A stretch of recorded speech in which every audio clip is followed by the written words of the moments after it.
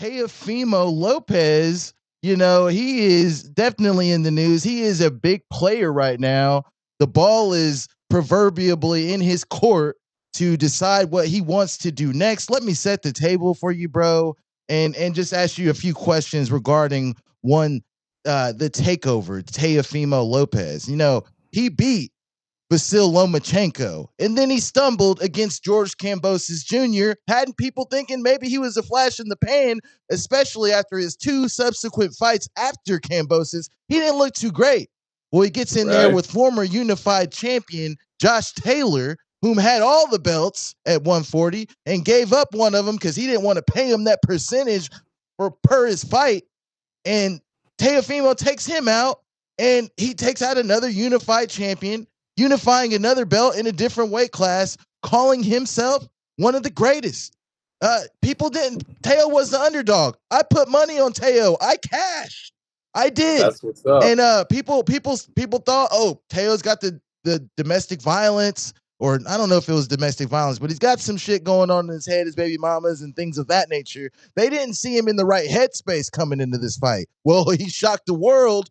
He shocked the world and put on a damn clinic against Josh Taylor. What do you think this means for Teo? Well, it means a lot. It means that he's a good fighter. He's a good fighter. And that means that he can get into a couple money fights. But he's probably going to deal with his out of the ring issues, like his divorce. I think that's why he's saying he's retired, because he ain't trying to split that money up.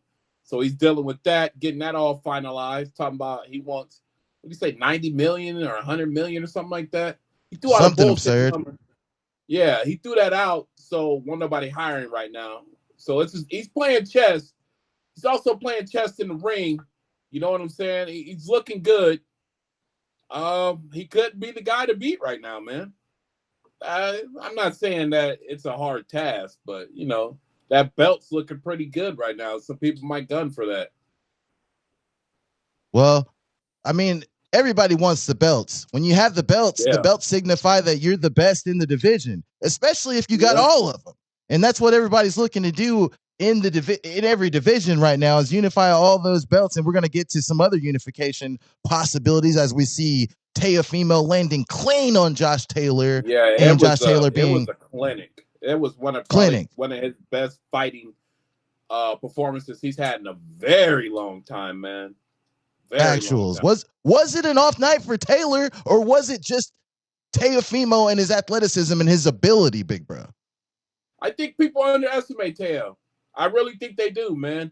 They think his mouth talks too much shit and he can't back it. Then he gets in the ring. He shows a little bit more speed than they thought he had. He's got a little bit more power than they thought he probably had. You know what I'm saying? I thought he was a joke too. No, I'm not going to sit here and lie. I thought he was soft. But looking at him, it's like, yo, it's more to that package than what he's presenting, man. You know, he's giving people a false sense of security in that ring, and he's taking mad advantage of it. 100%. Not to mention, Teo was recently in the news with some controversial words, so to speak, where he doesn't think the network appreciates him, and he's saying, if they want to have their black fighters, they can keep their black fighters. And obviously Teo is in. You could say the Loma fight's probably bigger than the Taylor fight, obviously, for what it meant at the time, but it's still a humongous fight and a humongous feat that Teo, accomplished on fight night. Yeah. And I did want to cut to Teo and what he had to say in the post-fight scrum. And I want to break that down with you as well. So let's get to that right now. I like the impossible because there's less competition there. 25 years young, 7-time world champion, 2-time lineal world champion, 2 divisional world champion. I mean, 2 Hall of Fame careers in one at just 25. You can't tell me I'm not great. You cannot tell me I'm not the double greatest since Muhammad Ali. This is what I do. This is what I do best. Now, just to steer it up, I might retire after this fight. That's one. You have the 2 Ring Magazine belts. I know they ain't want to give me the other one. You have the 2 magazine. But I got Joe Cesar back there. I know he going to give me that belt. Huh? Retirement, man. I'm kind of tired. Nah, I'm not getting paid enough. $1 million? Get the fuck out of here. So, what do you think about those words uttered by Teofimo Lopez, teasing retirement, calling himself the greatest fighter since Muhammad Ali? Now, that's a big, bold statement, but Muhammad Ali said he was the greatest, and then everybody caught on to it. And you can't sit here and tell me Muhammad Ali has had the greatest career there ever was, but he said he was the greatest, and so did everybody else. So did everybody else. Everybody followed suit. So, big bro, with that being said, what do you think about Teo's words? Do you think it's just leverage he's trying to get now that he's won the fight, now that he's got the belts, did what everybody thought he couldn't? Or do you or you think he's just trying to get paid, or do you think the retirement's legitimate? That's the question. Like I said before, I think the retirement is having to deal with his out of the ring activities with his wife. He ain't trying to split all that money. As for two, all fighters say they're the greatest. They think they're the greatest, think they're the best. It's an ego thing. He needs to say that. If he believes that, he should say that. That's all I'm saying. So I don't have a problem with guys saying that they're the greatest. It doesn't matter. Your accolades are your accolades. You know what I'm saying? But he's also, he tried it the right way to make money. He's not making money. He's not a fighter that people are flocking to see. And he's going to have to change up his approach to the game. Everybody's figuring out, well, maybe I'm going to have to go the Money Mayweather route and make everybody hate me, so I can make more money. You know what I mean? And that's his route. There's some people that are ducking, people that don't want to see him, but he's ducking people too. So it's all a game. It's a publicity stunt to get money, publicity stunt to fucking get his name, revving. You know what I'm saying? People clicking in, getting the clickbaits. It's all games, man. You know what I mean? It's all games. But his retirement and him saying that he's retired, I think it has to deal with the court shit that he's going through right now. It's probably a smart move for him.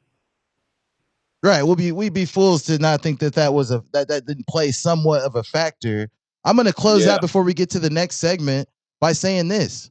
Everything Teofimo Lopez gets after this fight, after winning that championship fight, he deserves it.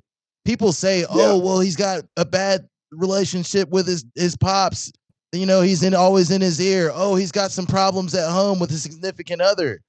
That is not something that is uncommon with great boxers. I mean, look at Tank Davis. Look at Floyd Mayweather. And I don't need to sit here and catalog it. Right. Yeah. And I don't need to sit here and catalog it, but I will say this. These fighters, they have the ability to turn it on when the going gets tough, when the lights are the brightest. They can put the things that they have outside of the squared circle aside and handle their damn business. Yes, Teofimo Lopez didn't look great in his last two fights. Well, those opponents weren't opponents that would get him up like a Josh Taylor, like a unified championship fight. Big ups to Teofimo Lopez. He showed that he's still that guy and still a major player in or around 140 pounds.